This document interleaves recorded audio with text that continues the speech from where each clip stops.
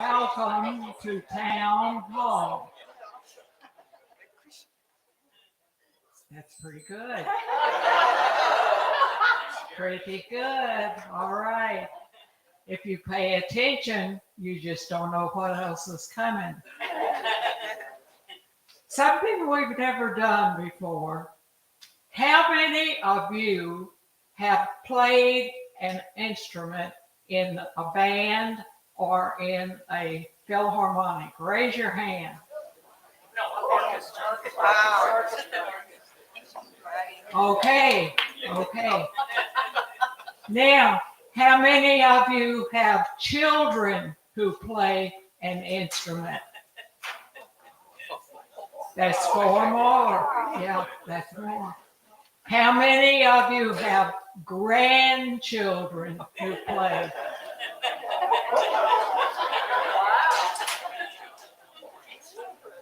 Now, aren't you glad you came? Go in peace.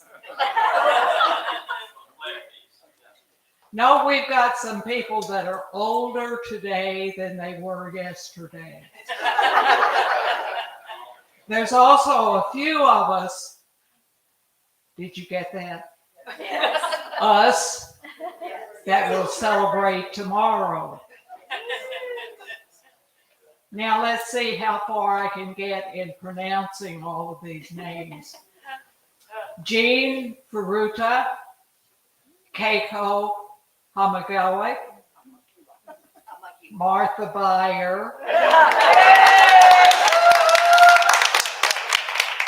Ted Ludford, Ray Norasua, Kikuko Nieda, Anna Dalid Rojas, Francis Lau, Ruth Yamamoto, and Yuriko Livingstone. Any of those people here besides me? Oh, yes, there is. Oh, hello, Ted. Very good. Very good. Well, we're really glad that all of you are here. We don't have any new residents, so we just enjoy each other. Now, have I forgotten some? I'm still going to introduce him. Okay, yeah. Well, I'm having my birthday tomorrow, and I do forget things. You never do. I can tell. You're laughing. Yes. We're very happy to introduce to you Paul Stein. He was a member of the LA Philharmonic Orchestra for 36 years.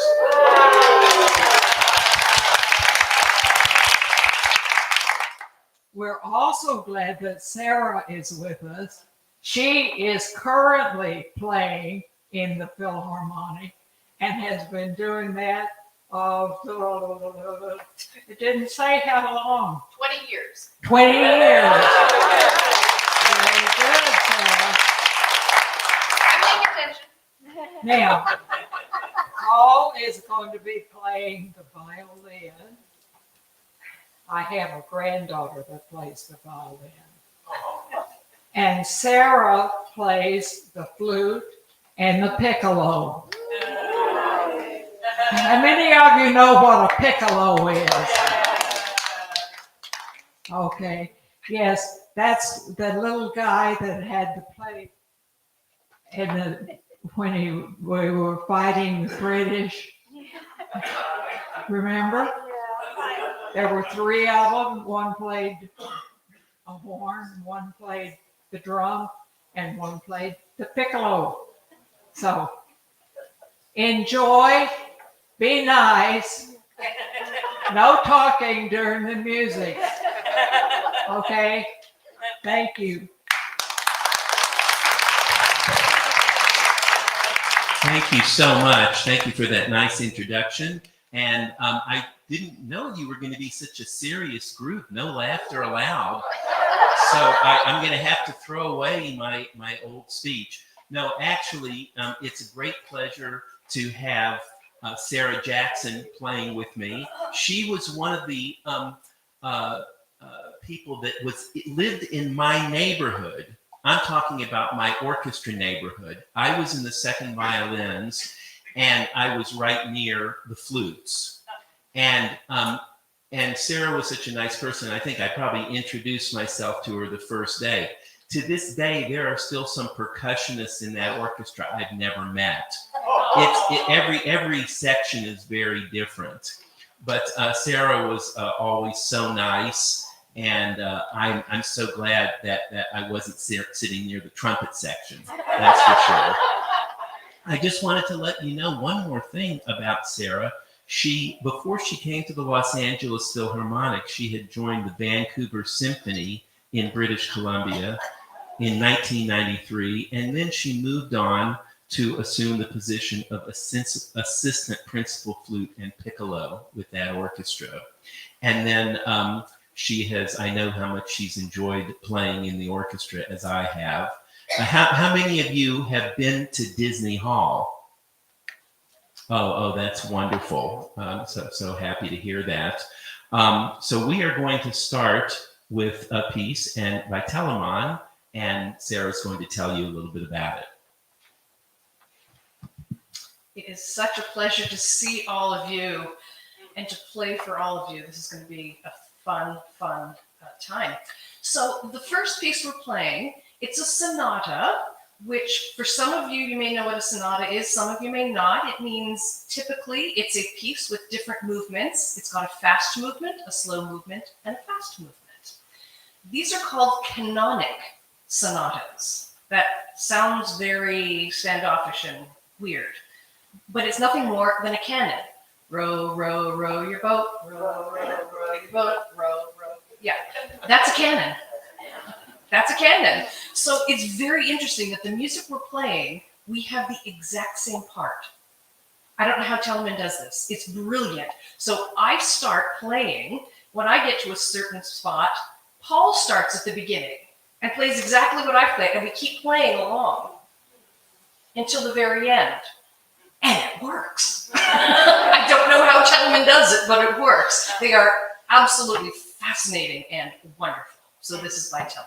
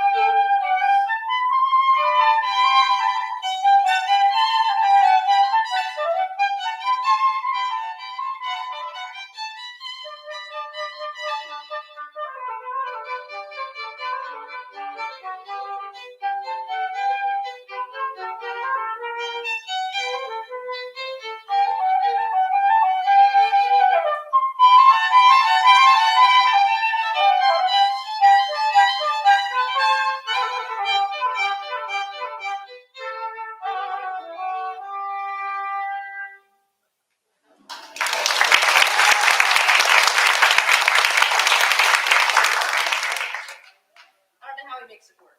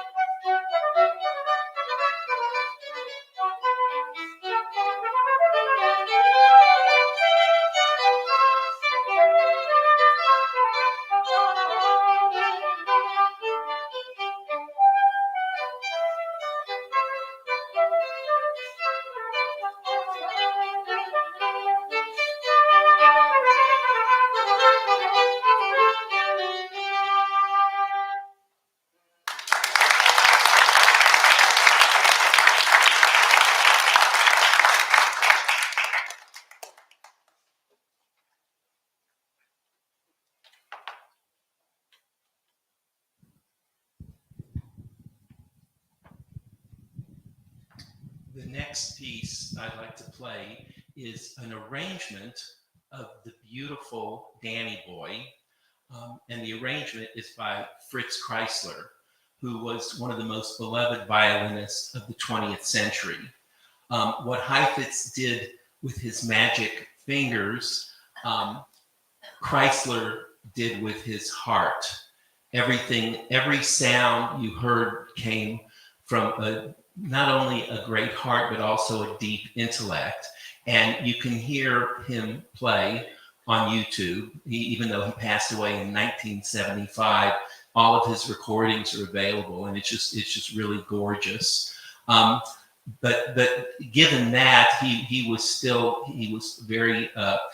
was a nice guy, but he had a kind of he liked to lie. He made up stories all the time, and one of the things, actually it's almost like a sport to find out what stories he's made up. There was one where he said he was visiting Dvorak on his last few days. Dvorak was very ill, the great Czechoslovakian composer, and Dvorak said, "Fritz, I have a few compositions that I haven't published yet. Please, you're welcome to have them. They're in my dresser." And Fritz went over there and he found yum ba-dum ba-dum ba-dum ba-dum ba-dum. Well, it turned out I did a little bit of looking at when pieces were actually published, and that was published long before Fritz Kreisler was visiting him. And the other great story about Kreisler is that he just loved to play chamber music, and his father was a very well-known doctor in Vienna around 1920, and invited Sigmund Freud to play chamber music. And Fritz would always talk about playing chamber music with Sigmund Freud. Was it alive? Yeah. You know what happened? I looked it up. It's not for me. How would we know? I looked it up, and because I thought Sigmund Freud, I never heard of him playing the violin. And sure enough, he did not play the violin. And to make matters worse, if you look up Sigmund Freud and music on the internet, Freud wrote a treatise about how much he hated music. And of course, if he hated it, then everybody else should hate it. So on that solemn note, I'd like to play Kreisler's version of Danny Boy.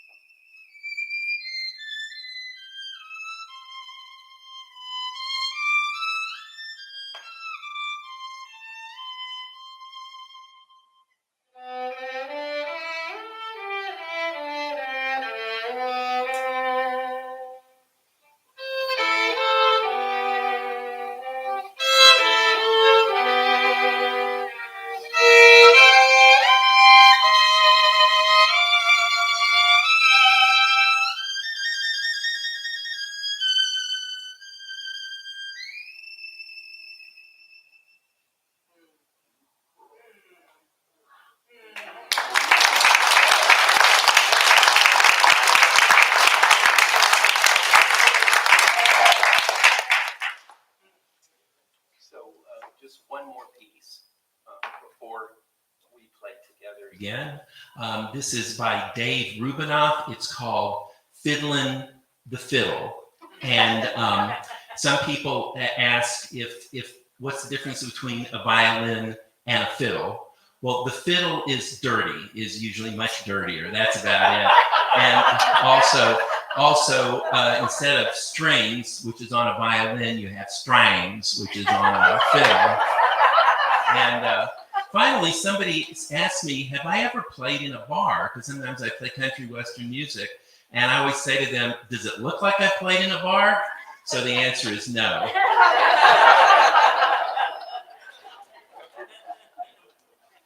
I mean, I wish I could pull it off.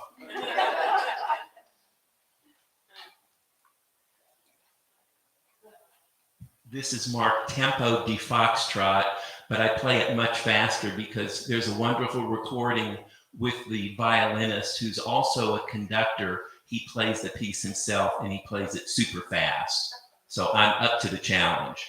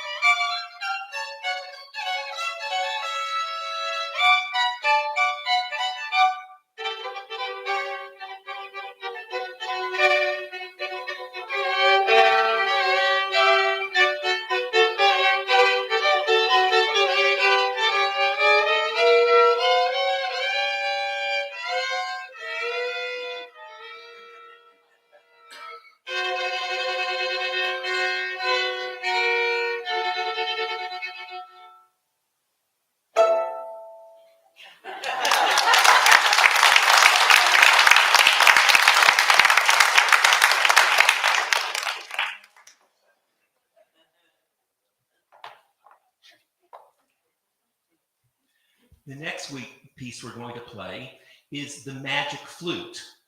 And I understand we have to finish at 8. And that's, we didn't find that out until recently. We practiced the entire 4-hour opera. And that's not a lie. But we love rehearsals. It was funny. I heard a story recently. One of my favorite conductors is Mark Elder, a British conductor. I was reading his memoirs, or it was somebody was doing a question and answer with him in a book, and he loves to tell the story. In England, he had a trumpet player come up to him after rehearsal, after the second rehearsal, and said, Maestro, I really have enjoyed working with you. I'm just really sorry I won't be able to play the concert. And Mark was just saying, this is what it was like, because the musicians didn't get paid a lot, and a lot of times the two, you might be sitting next to somebody that was on a different tier of playing according to what kind of contract they had. So they allowed the musicians to have a lot of leeway and bring in other musicians instead of playing the concerts. It was a horrible situation. But We do like to rehearse, that's for sure. And these are three very charming pieces by Wolfgang Amadeus Mozart from his opera, The Magic Flute.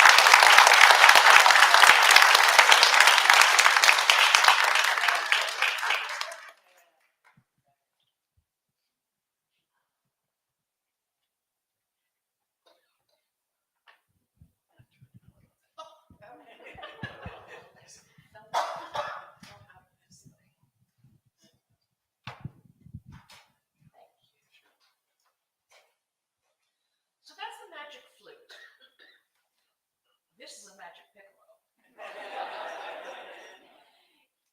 In fact, I love playing the piccolo. Of course I play flute, but not everybody plays the piccolo. And a lot of times our impression of the piccolo is that it's this really high, shrill sort of instrument. That's where it's kind of used and abused. We're used to hearing the piccolo play something like this.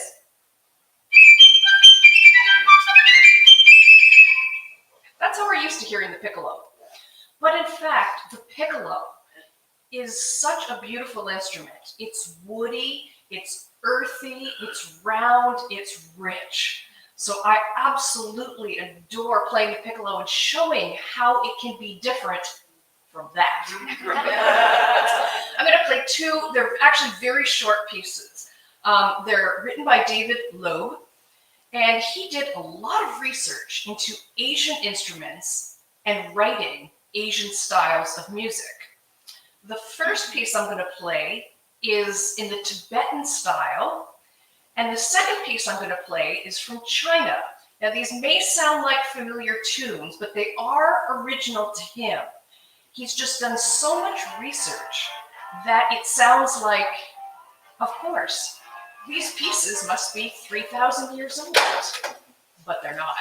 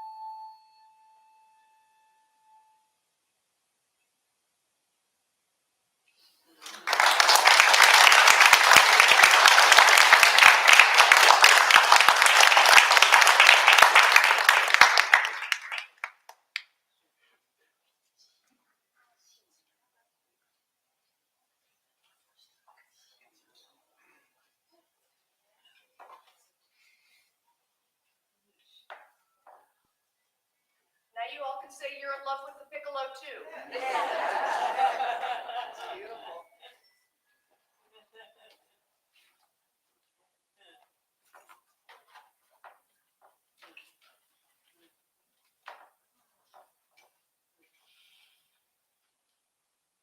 Often been criticized for not picking the right order of pieces. Like, how do you follow something like that? I mean, don't worry, I'm not going to play a Sousa march,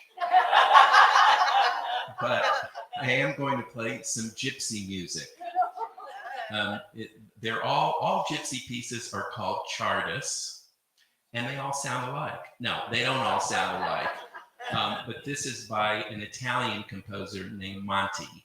And one thing I learned at my mother's knee was how to slide from note to note. She was a great singer of Yiddish music. She was from Poland, and she had a magnificent voice. I envy it so much. And she was kind of surprised that I had any musical ability. It wasn't like she said, I'm going to teach you to be a violinist. I learned the old-fashioned way, which was in the public schools. And when I was 8 years old, I came home with a violin, and but I never outshone her. That's for sure.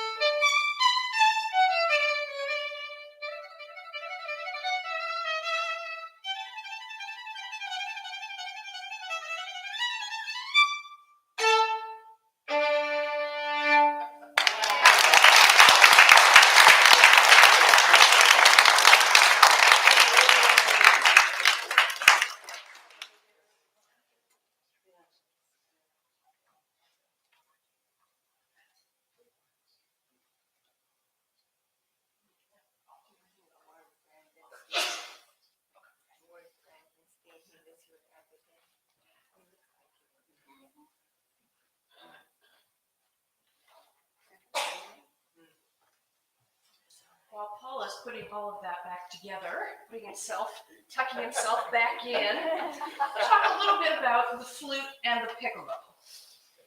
So we understand how string instruments work.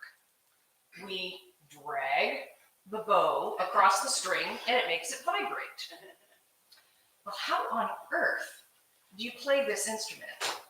You don't blow into it. If I were to blow into it, and the flute and the piccolo are the same in this concept, they're just a different size. If I were to blow straight into the instrument, nothing happens. Instead, I have to blow across. It's the same concept.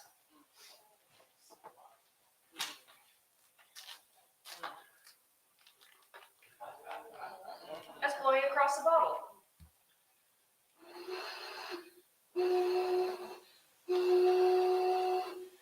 Clearly my instrument sounds a little bit better than that.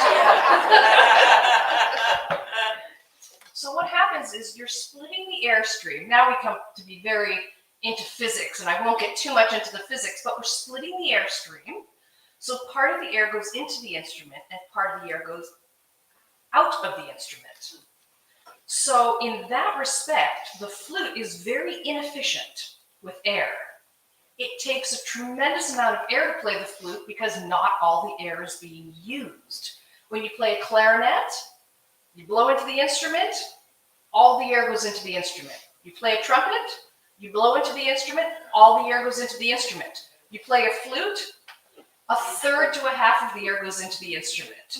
So as flute players, we are usually quite winded, running out of air all the time. And I think you could liken playing the flute to taking as much air as the tuba. Wow. It really takes that much air.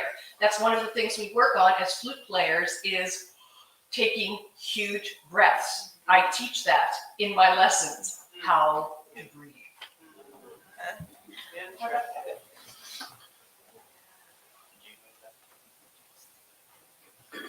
We'd like to play a piece by Franz Hofmeister.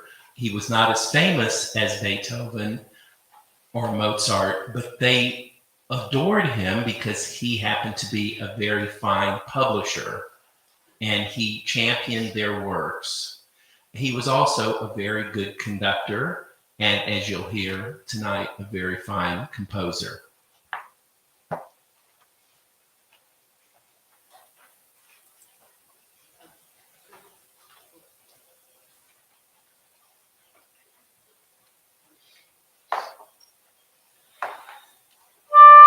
Thank you.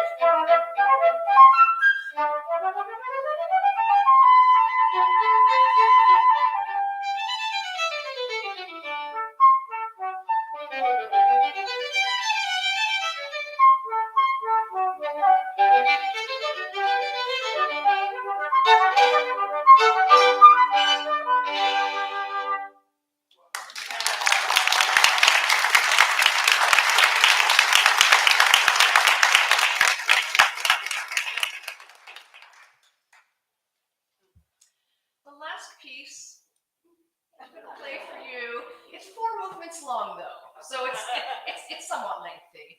It's a piece by Boismardier. He is was a Baroque composer, which means he was writing in the late 1600s, early 1700s. What's interesting about this time period is musicians had patrons. They had sponsors. They weren't really hired. Somebody actually paid for them all along, but expected them to produce material, expected them to produce concerts, expected them to produce poems. And so Boismardier was the first composer who did not have a patron. In 1724, he got permission to engrave his own music. So he was allowed to finally, in a set, print his own music. And he made so much money by selling his own money, he didn't need a patron. He could play whatever he wanted to. He was an instrumentalist. He could play anything he wanted. He wrote all kinds of music. He wrote a lot of music for flute. We're very familiar with Boismardier in the flute world. And he wrote 4 concertos for 5 flutes. Wow. Because he could.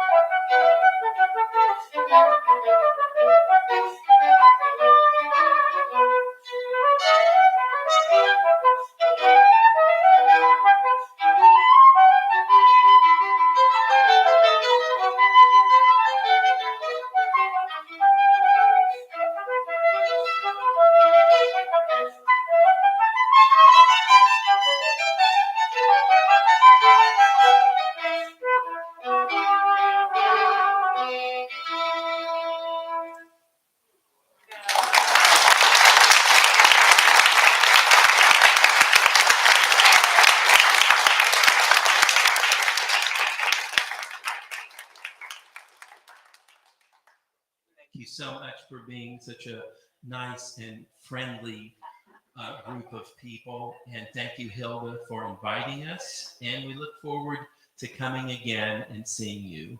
Thank you very much.